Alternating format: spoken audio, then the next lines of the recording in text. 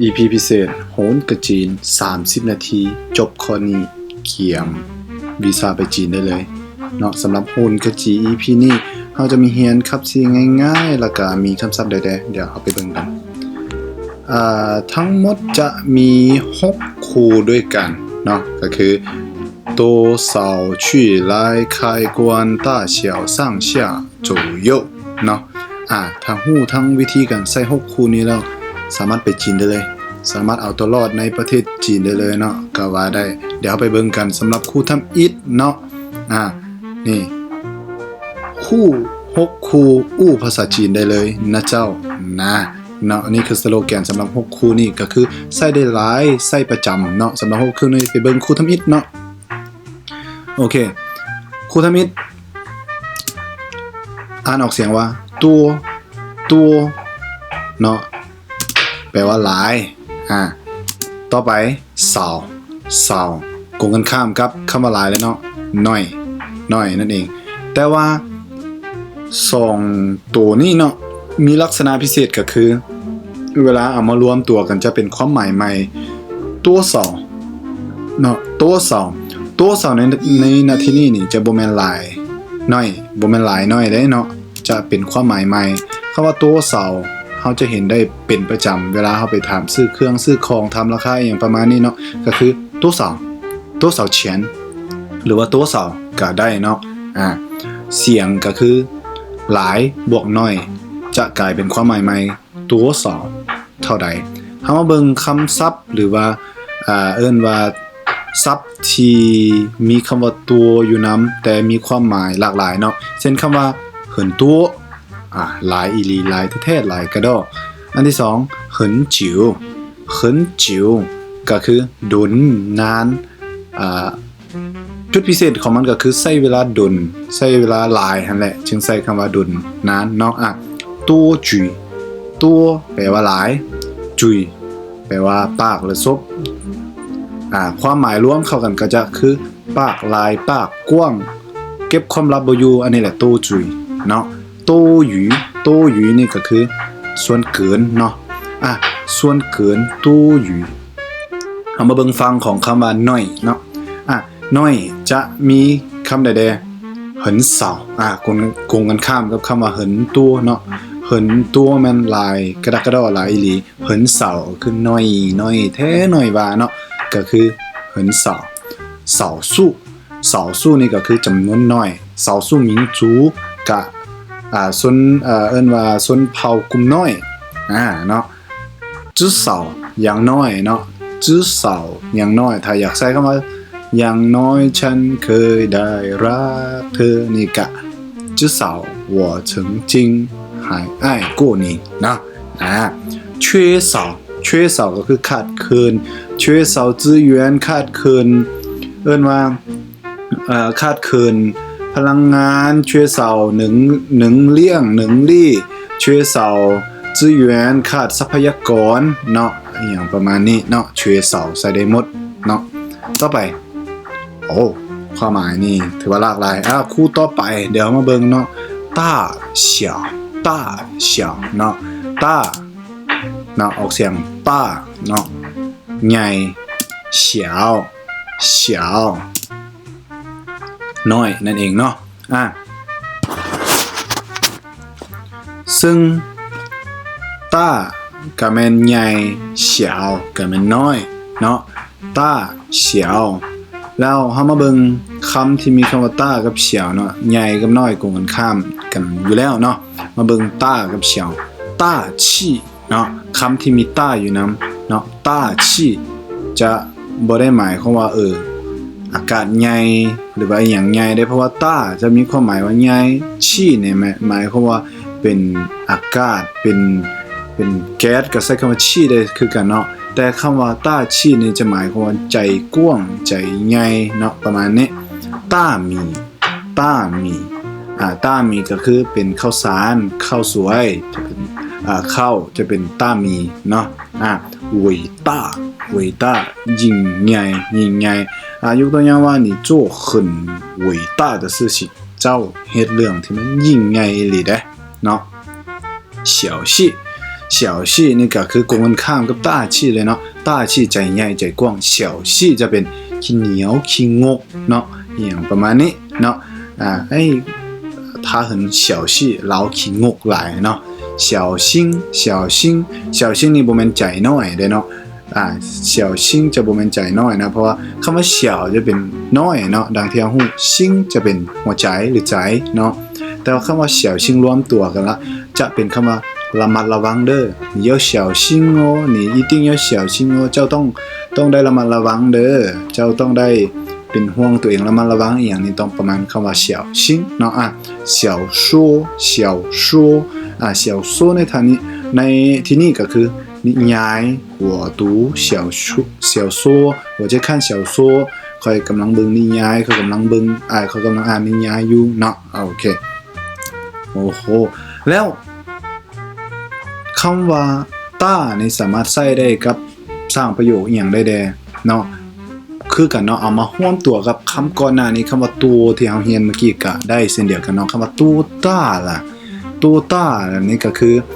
เอิ้นว่าคล้ายๆกับคำว่าเป็นความหมายเดียวกับคำว่า你几岁了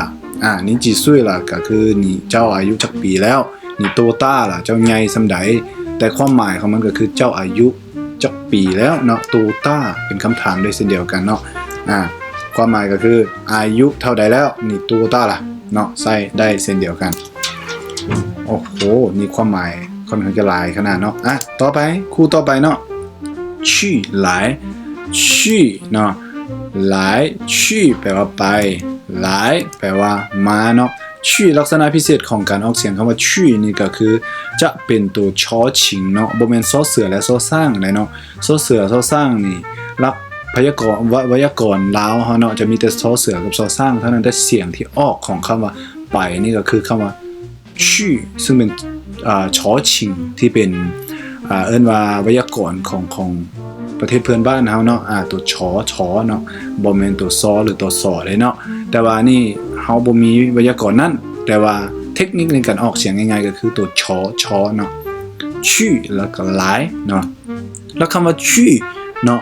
คำว่าชื่อนี่ประกอบเป็นเอิ้นว่าคำศัพท์ที่มีความหมายมีอย่างใดเนาะไปเบิ่งเนาะยกตัวอย่าง3อันด้วยกันก็คือ过去ผ่านไปแล้ว是过去啦เป็นเรื่องที่มันผ่านไปแล้ว去年ก็คือปีกายปีที่ผ่านมาแล้วเนาะก็คือ去年แล้วก็出去เนาะออกไปเนาะถ้า出去ล่ะเราออกไปแล้วเนาะหลายลี่มาเบิ่งตัวกันข้ามก็คือคำว่ามาเนาะหลายลี่หลายแล้วก็ลี่หลายลี่จะเป็นที่มาที่มาของเป็นเนื้อใดอีหยังก็ใช้คำว่าหลายลี่ได้หมดเนาะหยวนหลายก็คือเดิมทีแล้วแต่เดิมแล้วเนาะหยวนหลายเนาะ是你的เดิมทีมันของเจ้าเนาะอีหยังประมาณนี้เนาะฉงหลายก็คือเอิ้นว่าแต่ใดมาฉงหลาย我不抽烟แต่ใดมาแล้วค่อยบ่สูบหยาเนาะฉงหลาย我不喝酒แต่ใดมาแล้วค่อยบ่กินเบียร์กินเหล้ากินแอลกอฮอล์ประมาณนี้เนาะแสดงเช่นเดียวกันเนาะโอ้โหเนาะมาต่อคู่ต่อไปเฮามาเบิ่งคู่ต่อมาเนาะสั่ง下เนาะสั่งนี่ก็คือขึ้น下นี่ก็คือลงเนาะสั่ง下สั่งขึ้น下ลงเนาะสั่ง去เนาะมาเบิ่งตัวประโยคคำศัพท์ที่มีคำว่าสั่งเนาะสั่ง去ขึ้นไปสั่งปานเข้าเวียกเฮ็ดเวียกเนาะสั่งปานมาสั่งเดี๋ยวนี้ตอนนี้回来มาสั่ง回来ตอนนี้เดี๋ยวนี้มาเนาะคำกงกันข้ามเด้下来คือกันเนาะกงกันข้ามกับคำว่าขึ้นไปก็คือลงมาเนาะ下班เนาะก็คือกงกันข้ามกับคำว่าสั่งปานก็คือเลิกเวียกเนาะ下课下学เนาะ下课ก็ลงห้องเนาะ下雨อันนี้จะเป็นความหมายใหม่เนาะ下雨จะเป็นฝนตกคำว่าลงคำว่าตกจะใช้คำว่า下ได้กับทั้งหมดเนาะ下锁ลงมือเป็นผู้ลงมือ是他下锁的是他下锁的ลงมือเนาะหรือมีบางกรณีจะคำว่า下锁ก็เป็นคำว่าผู้ก้องบางผู้ อิ้นว่าใต้บังคับบัญชาก็ใช้ได้เช่นเดียวกันมันขึ้นกับโอกาสเนาะกาลเวลาเพราะฉะนั้น上跟下ก็ใช้ได้หลายโอกาสกาลเวลาเนาะถ้าอยากรู้รายละเอียดเนาะสามารถไปเบิ่งในแอปแดงหรือว่าเรียนแบบละเอียดสามารถคอมเมนต์เข้ามาถามได้เนาะสำหรับรายละเอียดตรงนี้นะเฮามาเบิ่งคู่ต่อไปของเฮานั่นก็คือคู่คำว่าคายแล้วก็กวนเนาะคายเนาะเปิดแล้วก็กวนเนาะปิดเนาะคายเปิดกวนปิดโอเคมาเบิ่งคำที่มีคำว่าคายแล้วก็กวนเนาะที่ประกอบเป็นคำศัพท์เนาะคำว่าคายสือจะเป็นความหมายใหม่จะบ่เกี่ยวคำว่าเปิดเนาะคายสือจะหมายความว่าเริ่มต้น start เนาะเอิ้นว่าคายเนาะซึ่งเป็นความหมายใหม่แล้วเนาะซึ่งก็คล้ายๆคำว่าเปิดนั่นแหละก็คือเปิดออกมาก็คือเริ่มต้น start ความหมายมันเกี่ยวพันกันอยู่แล้วเนาะคายหุ้ยนี่ก็ของเอิ้นว่าประชุมรวมจะใช้คำว่าคายหุ้ยได้ทั้งหมดเนาะเสียงบุคคายก็คือหมายความว่าเสียงบุคคายก็คล้ายๆคำว่าคิดบ่ออกนั่นแหละหรือว่าเฮาเอิ้นว่าคิดสั้นเนาะหมดทั้งตันและเอิ้นว่าเสียงบุคคายมาเบิ่งคำว่ากวนเนาะกวนเหมือนกวนเหมือนก็คือปิดประตูเนาะคายเหมือนเปิดประตูกวนเหมือนปิดประตูได้เนาะกวนชิงจะบ่แม่นปิดใจได้เนาะซึ่งเอาเรียนก่อนหน้านี้คำว่าชิงนี่มันคือใจเนาะกวนนี่จะปิดจะบ่แม่นปิดใจแต่ว่าคำว่ากวนชิงนี่จะเป็นความหมายใหม่ก็คือคำว่าเป็นห่วงเป็นใยเนาะคำนึงถึงห่วงอันกวนชิง我关心你ค่อยเป็นห่วงเจ้าอย่างประมาณนี้我关心他ค่อยเป็นห่วงเราประมาณนี้เนาะ关注เนาะติดตาม麻烦关注我一下เนาะฝากติดตามเด้อเนาะโอเคมาเบิ่งเนาะต่อไปก็คือคำว่าโจโยซึ่งคำว่าโจโยนี่จะเป็นคำศัพท์ที่ค่อนข้างจะบ่มีความหมายที่มันหลากหลายแต่ก็ใช้เป็นประจำเช่นเดียวกันเนาะแล้วก็มีความหมายที่เป็นเอกลักษณ์เช่นเดียวกันเนาะคำว่าโจเนาะจะเป็นคำว่าซ้ายโยจะเป็นขวาเนาะซึ่งคล้ายๆกับคำว่าเอิ้นว่าก่อนหน้านี้ศัพท์ที่เฮาเรียนกันคู่นั่นก็คือคำว่าโตเสาหันมาบวกกันจะเป็นความหมายใหม่โจโยนี่เช่นเดียวกันเนาะโจโยถ้าได้ยินคำว่าโจโยมาบวกกันนี่จะบ่แม่นคำว่าซ้ายขวาเด้คำว่าโจโยมาบวกกันจะเป็นศัพท์ใหม่เนาะจะเป็นความหมายใหม่ซึ่งเสียงออกคือเก่าเนาะก็คือคำว่าโจโยจะมีความหมายว่าโดยประมาณเนาะโดยประมาณเช่นว่า1公斤左右